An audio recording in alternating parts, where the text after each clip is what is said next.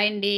అందరికీ నమస్కారం. అందరు ఎలా ఉన్నారు? నేనైతే చాలా బాగున్నానండి. ఈరోజు దోస ఎలా పోయాలో చూపిస్తూ ఉన్నానండి. అంటే నేను ఏమేమి వేసానో, ఆ ఇంగ్రీడియంట్స్ ఏంటి అనేది మీకు చూపిస్తున్నాను చూడండి. మీరే వినేయండి.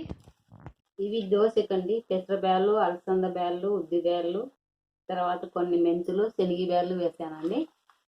ఇవన్నీ కలిపి దోసకి వేస్తున్నాను.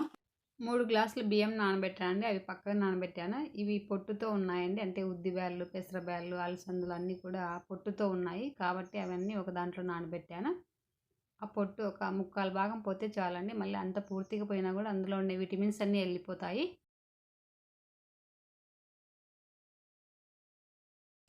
ఇదంతా పొట్టు తీసి ఈ గిన్నెలో వేస్తున్నానండి. ఈ వాటర్ అంతా కూడా నేను చెట్లకు వేసుకుంటాను. ఇందులో మంచి ప్రోటీన్ ఉంటుందండి, నైట్రోజన్ ఉంటుంది. చెట్లకు చాలా మంచిది.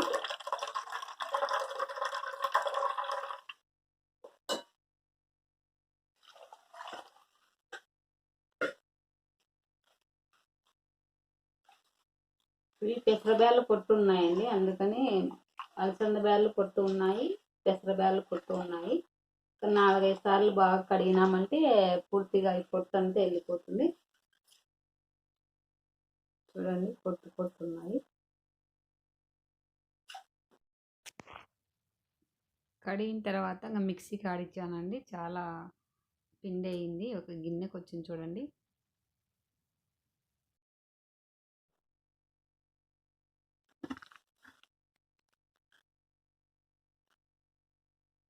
చూడండి ఎంతగా పొంగిందో. మనం ఫ్రిడ్జ్లో వాటర్ పెట్టుకుంటాం కదా, ఆ వాటర్ కూడా ఇందులోకి మనం ఆడిచేటప్పుడు వేస్తే ఫ్రిడ్జ్ ఆడిచేటప్పుడు అలాగే ఇలా మనం దోశ పోసిన స్పాంజీగా స్మూత్గా ఉంటాయండి మనం చల్లనీళ్ళు పోస్తే. కాబట్టి మిక్సీ ఆడిచేటప్పుడు చల్లనీళ్ళు పోసి ఆడించండి, చాలా బాగుంటుంది. ఇందులోకి నేను కొన్ని బొరుగులు వేసానండి, ఒక పిరికెడు లాస్ట్లో. చూడండి చాలా బాగా.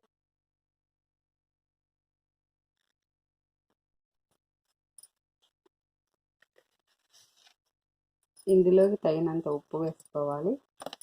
అలాగే సోడా పొడి కొంచెం వేసుకోవాలండి, ఒక స్పూన్ చిన్నది, చాలా చిన్నది వేసుకొని మనం కలిపి పెట్టుకోవాలి.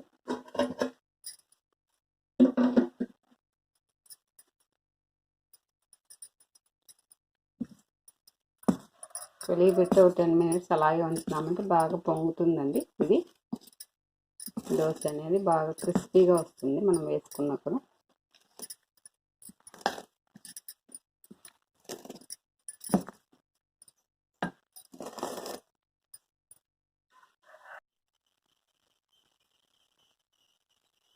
వేరుశనగ విత్తనాలు, పప్పులు అండి. అలాగే ఇక్కడ టమోటా, పచ్చిమిర్చి, కొంచెం కరివేపాకు, కొంచెం చింతపండు వేసానండి చట్నీ కోసమని.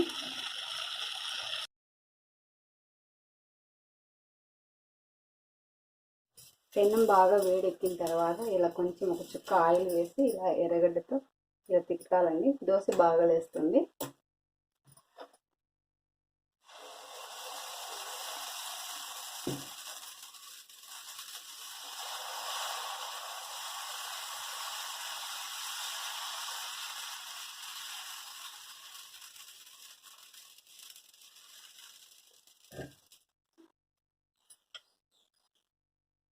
ఇలా ఆయిల్ వేయాలి. తర్వాత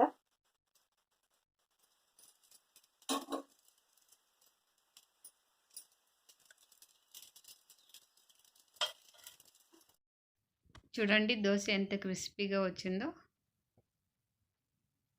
చాలా బాగా వచ్చిందండి. ఎక్కడ పెనం కత్తుకోలేదనమాట. చాలా ఈజీగా వచ్చేసింది. అలాగే ఇంకొక దోశ వేసి చూపిస్తాను చూడండి.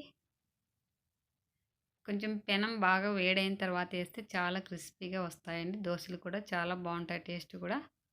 కొంతమంది మెత్తగా ఉంటే ఇష్టపడతారు, కొంతమంది క్రిస్పీగా ఉంటే ఇష్టపడతారు.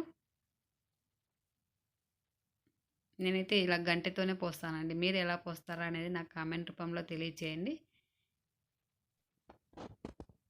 చట్నీ ఆడిచ్చానండి, మిక్సీలో ఆడిచ్చాను. ఆ తర్వాత ఇంకా పోపు పెట్టాను అనమాట. కొంచెం జీలకర్ర, ఆవాలు, కొంచెం కరివేపాకు, ఎండుమిర్చి వేస్తే చట్నీ చాలా టేస్టీగా ఉంటుంది. దోశలోకి నేను ఒక్కొక్కసారి ఒక చట్నీ చేస్తానండి. ఈరోజు అయితే ఇలా చేశాను.